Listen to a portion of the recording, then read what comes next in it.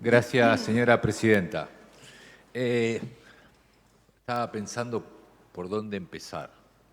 Y voy a empezar haciendo un ejercicio de lo que decía la diputada informante, hablando de la escucha, escuchando a la pastoral, escuchando a los intendentes, escuchando a las instituciones, pero falta alguien a quien escuchar, o algunos faltan a quien escuchar.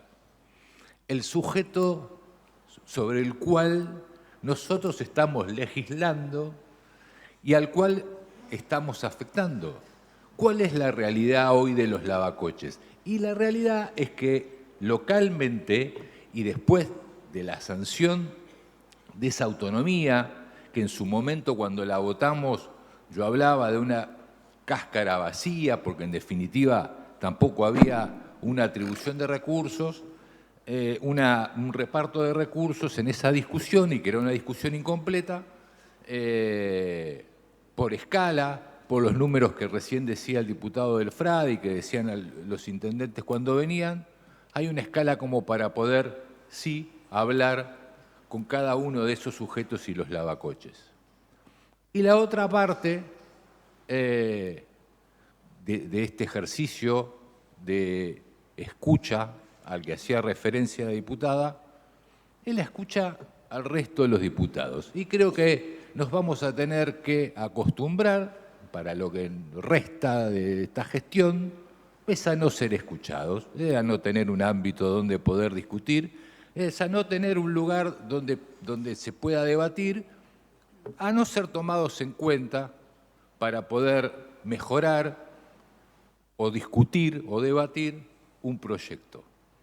El texto, como decía la diputada de Ponti, que llega hoy a este recinto, es bastante mejor que la iniciativa presentada por el senador Seixas.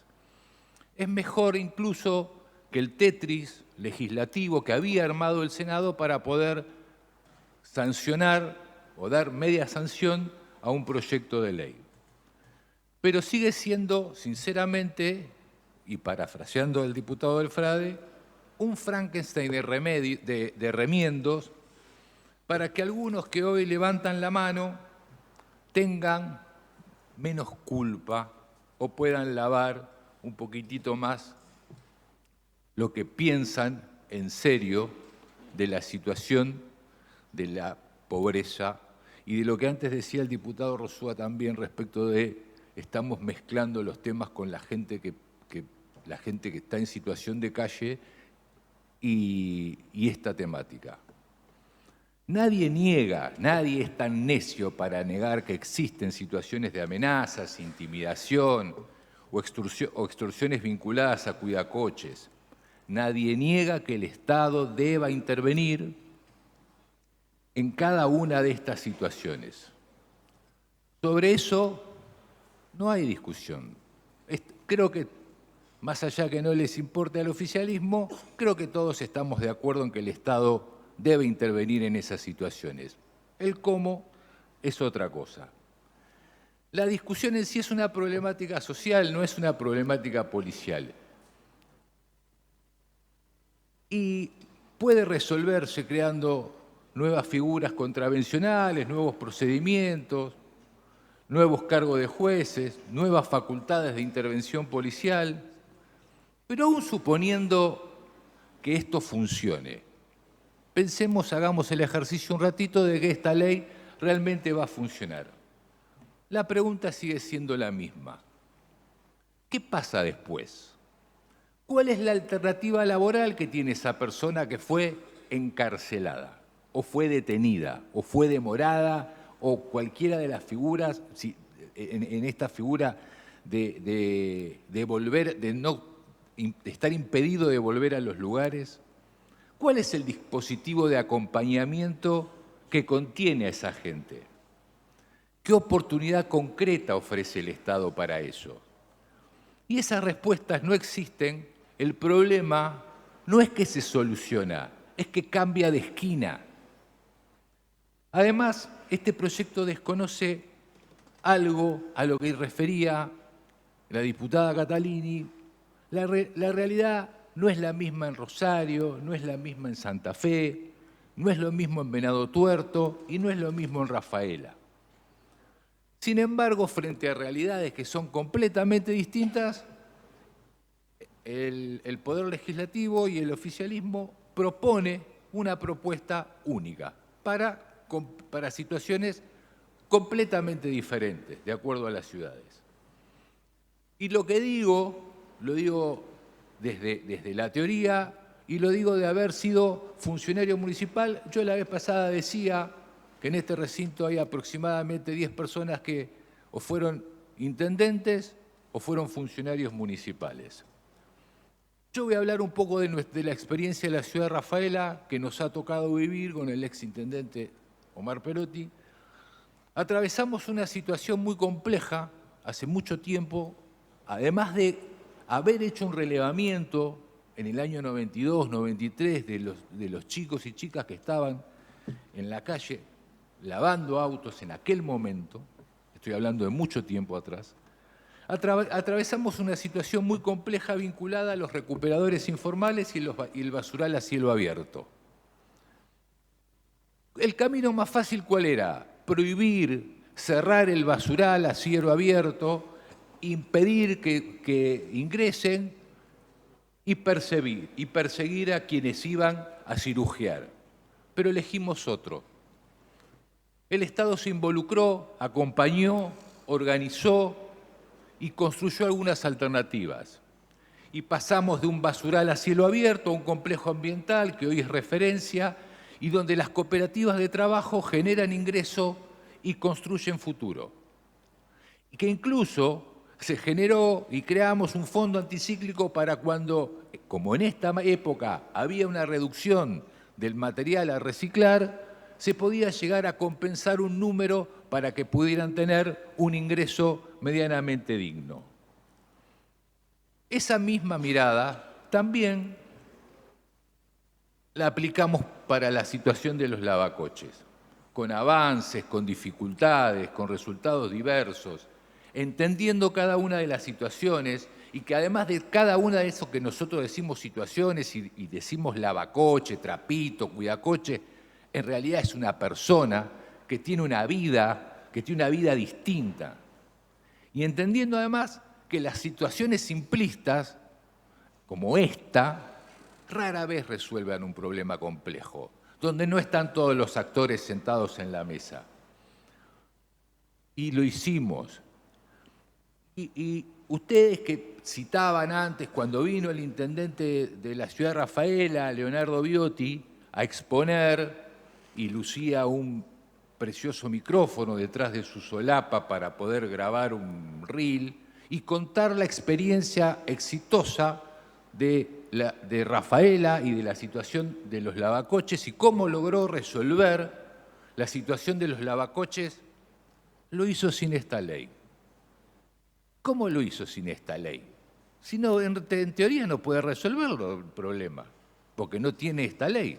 Y sin embargo, él dice, más allá de nuestras diferencias, él sostiene que el problema de los lavacoches está resuelto. Mucho tiene que ver alguna de las cosas que decía el diputado del Frade respecto del centro. O sea, parece que a veces los intendentes, en lugar de resolver los problemas, lo que hacen es lo corren de esquina. Por eso me preocupa que frente a una problemática social de esta característica, la principal respuesta es una herramienta jurídica y es una herramienta punitiva. Y me preocupa además porque el propio proyecto reconoce las limitaciones. ¿Cómo reconoce las limitaciones? Teniendo que crear dos cargos judiciales para poder sostener este proyecto. Con lo cual, este Frankenstein legal al que hacía referencia el diputado del Frade se confirma. Nada, le metemos 2 jueces, que además todavía falta que este proyecto, que seguramente va a ser votado por la mayoría, se le dé la sanción y para que tenga sanción definitiva, en la Cámara de Senadores van a tener que terminar de resolver si van a insistir o no van a insistir, pero bueno, no me voy a poner a discutir sobre eso. La diferencia de fondo es una diferencia sobre el rol del Estado. Eso es lo que estamos discutiendo. Y cuando hablamos del rol del Estado, indefectiblemente tenemos que hablar de ideología, de dónde está parado cada uno, ideológicamente hablando, hablar de lo que a algunos no les gusta hablar, que es de política. Y pensando un poquito para atrás y pensando un poquitito en la historia, la verdad que cuando uno todavía recuerda, ya la mayoría lo debe haber escuchado, al expresidente Alfonsín cuando decía con la democracia se cura, se come y se educa, nunca hubiera pensado como radical en la exclusión y criminalizar la pobreza. El socialismo tampoco, nunca confundió pobreza con delincuencia. Y el peronismo también construyó toda su doctrina teniendo en cuenta que donde hay un derecho, donde hay una necesidad existe un derecho. Por eso vamos a votar negativamente. No porque neguemos el problema, no porque defendamos situaciones de violencia o intimidación, sino porque seguimos creyendo que las causas de la exclusión no se resuelven en tribunales, mucho menos se resuelven en una comisaría. Y porque mientras algunos intentan tranquilizar su conciencia diciendo que solamente se va a perseguir a quienes actúen de manera extorsiva, ya hay intendentes, como el mencionado, que hablan de eliminar a los trapitos o como dijo el intendente de Santo Tomé. Van a ser ellos quienes denuncien. Va a ser la policía que aplique el criterio, esto que decía antes el diputado del Frade. Y van a ser los pobres los que se sienten frente a un juez. Hoy a la mañana vino Estrella Moreno, la defensora pública, a presentar su informe. ¿Y saben qué nos contó hoy? Que el 92% de los presos son jóvenes, pobres, semiescolarizados, ya que el 60% solo completó el primario. Y hay 4.586 personas sin condena firme. Miren, la recurrencia de esta forma de violencia institucional configura un patrón que nos obliga a repensar de manera estructural el rol de las fuerzas de policía en contextos de detención, así como la necesidad de políticas públicas orientadas a garantizar la plena vigencia de los derechos humanos. Por eso, señora presidenta, adelantamos desde nuestro interbloque, como lo hizo la diputada De Ponti, no cuenten con nuestro voto para esta ley. Muchas gracias. Gracias, diputado Cora.